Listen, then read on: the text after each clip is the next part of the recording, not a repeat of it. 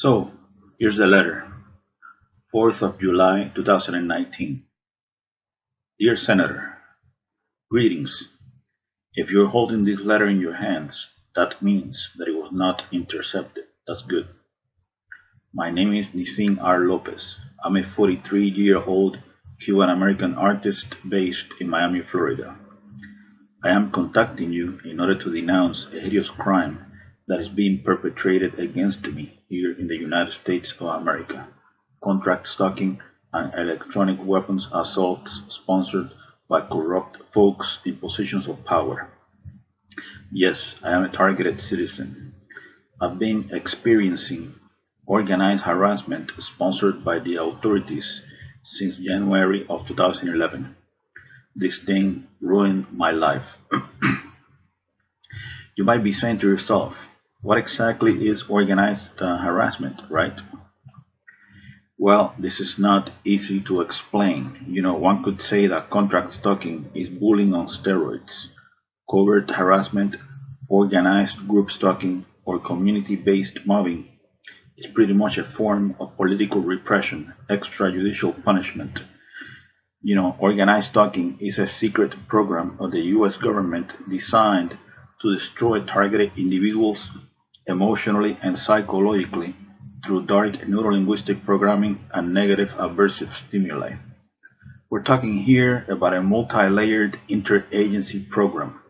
Law enforcement is behind this, the intelligence community is behind this, and contractors are behind this as well. Private security companies mostly employ ex-law enforcement and ex-military. As far as the organized community harassment done to me, every single time I go out into the general public, the unjust systematic harassment is done by a group of people in an organized fashion using unethical means to torment, preoccupy, agitate, intimidate, and terrorize the isolated victim 24/7 no matter where he goes. I'm talking here about acts of provocation, street theater, invasion of space, noise campaigns, mimicking, directed conversations, engineered collisions, orchestrated synchronicities, entrapment, etc. Obstruction of daily activities based on choice reference patterns. The target is exposed to a stressor outside the range of usual human experience. He is terrorized 365 days a year, 24/7. He is kept in a state of anxiety and hypervigilance until he finally breaks down after years of indescribable psychological abuse. Most victims of this program end up homeless, in jail, or in psychiatric institutions, isolated with no support system, in a state of functional disorientation, broken in spirit. So now, who are the agent provocateurs recruited by the authorities that constantly harass a targeted individual in an organized fashion? Well, they are called surveillance role players. They believe they are patriots and heroes serving a noble cause. They come from all types of social backgrounds. These mindless automatons are brainwashed into believing that the target is a really bad person, a terrorist, a murderer, or a sex offender, like a rapist or a child molester. These perpetrators, they are enlisted through community programs such as InfraGuard, Citizen Corps, and Neighborhood Watch. We're talking here about a professional character assassination campaign, a clandestine civil-military operation. The command station for organized stalking is the fusion centers. Yes, the fusion centers.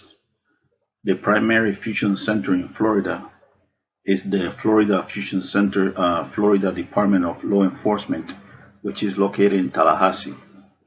And the fusion center that is the closest to me, to my area, is the Homeland Security Bureau Southeast Florida Fusion Center, which happens to be the Fred Taylor headquarters for the Miami-Dade Police Department. Overall, Contract stalking is psychological warfare, a secret, illegal, long-term, unconstitutional surveillance program designed to neutralize outspoken, politically incorrect freethinkers that are designated as enemies of the state, even if they're just innocent, harmless, law-abiding citizens that pose no real threat to anyone. Keep in mind that the watch-listed individual is also subjected to directed energy weapons and other forms of prolonged psychological torture. I'm talking about mind control neural weapons, remote neural monitoring. The human test subject is implanted with highly advanced neural nanotechnology that enables brain-to-computer interface integration completion. This secret technology of DARPA flavor enables the handlers to link the target's unique brain signature to their supercomputer. These are some of the things that they can do with this technology. This technology enables the handlers to read the target's thoughts verbatim in real time. They can tap into the optical nerve and into the auditory system. They can see what you see, and they can hear what you hear. This technology allows the handlers to map out all the target's emotional states, especially negative emotions like sadness, anxiety, fear, anger, etc. They can beam these emotions back into the target anytime. They can even Google your memories. This technology can be used to implant words, phrases, images, and motion pictures into the target's psyche or natural stuff. The idea behind this is to make the target believe that those are his real thoughts when they are not, synthetic telepathy. This technology can be used to control dream cycles and sleep patterns. They can deprive the target of sleep. This technology can be used to control the muscle movement of the target, causing spasms. They can also inflict pain in any part of the body. This technology can be used to sexually manipulate the target. It can make the target feel sexual arousal, or it can sort of turn off the target's sexuality altogether. It can also be used to manipulate the hormones of the target, thus lowering and raising estrogen and testosterone levels in women and men respectively. This technology can also be used to eliminate the target with an artificial heart attack that generates no forensic evidence.